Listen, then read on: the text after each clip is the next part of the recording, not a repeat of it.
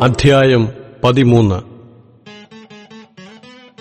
ഈ മൂന്നാം പ്രാവശ്യം ഞാൻ നിങ്ങളുടെ അടുക്കൽ വരുന്നുണ്ട്. 2-3 സാക്ഷികളുടെ വാമൊഴിയാൽ ഏതു കാര്യവും ഉറപ്പാകും. ഞാൻ 2-ാം പ്രാവശ്യം നിങ്ങളുടെ ഇടയിലിരുന്നപ്പോൾ ഞാൻ വീണ്ടും വന്നാൽ ക്ഷമിക്കയില്ല എന്ന് പറഞ്ഞതുപോലെ ഞാനിപ്പോൾ ദൂരത്തിരുന്നുകൊണ്ട് ആ പാപം ചെയ്തവരോടും മറ്റെല്ലാവരോടും മുൻകൂട്ടി പറയുന്നു. ക്രിസ്തു എന്നിൽ സംസാരിക്കുന്നു എന്നതിന് നിങ്ങൾ തുമ്പന്വേഷിക്കുന്നുവല്ലോ. അവൻ നിങ്ങളെ സംബന്ധിച്ച് ബലഹീനനല്ല, നിങ്ങളിൽ ശക്തൻ തന്നെ. ബലഹീനതയാൽ അവൻ ക്രൂശിക്കപ്പെട്ടിട്ടും ദൈവശക്തിയാൽ ജീവിക്കുന്നു. ഞങ്ങളും അവനിൽ ബലഹീനർ എങ്കിലും അവനോടുകൂടെ ദൈവശക്തിയാൽ നിങ്ങൾക്കുവേണ്ടി ജീവിക്കുന്നു.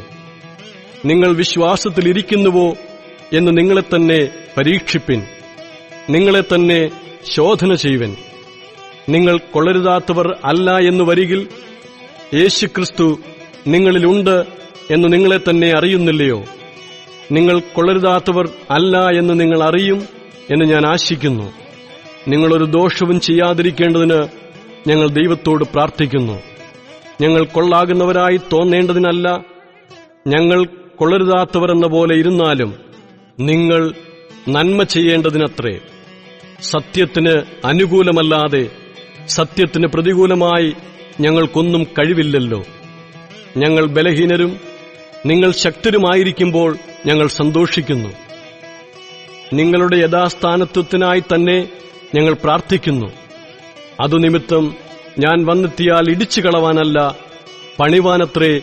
കർത്താവ് തന്ന അധികാരത്തിന് തക്കവണ്ണം ഖണ്ഡിതം പ്രയോഗിക്കാതിരിക്കേണ്ടതിന് ദൂരത്തുനിന്ന് ഇതെഴുതുന്നു.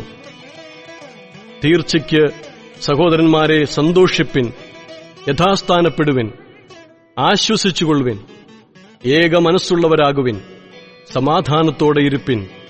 എന്നാൽ സ്നേഹത്തിന്റെയും സമാധാനത്തിന്റെയും ദൈവം നിങ്ങളോടുകൂടെയിരിക്കും. വിശുദ്ധ ചുംബനം കൊണ്ട് അന്യോന്യം വന്ദനം ചെയ്യുവിൻ. വിശുദ്ധന്മാർ എല്ലാവരും നിങ്ങൾക്ക് വന്ദനം ചൊല്ലുന്നു. കർത്താവായ യേശുക്രിസ്തുവിന്റെ കൃപയും ദൈവത്തിന്റെ സ്നേഹവും പരിശുദ്ധാത്മാവിന്റെ കൂട്ടായ്മയും നിങ്ങളെല്ലാവരോടും കൂടെ ഇരിക്കുമാറാകട്ടെ.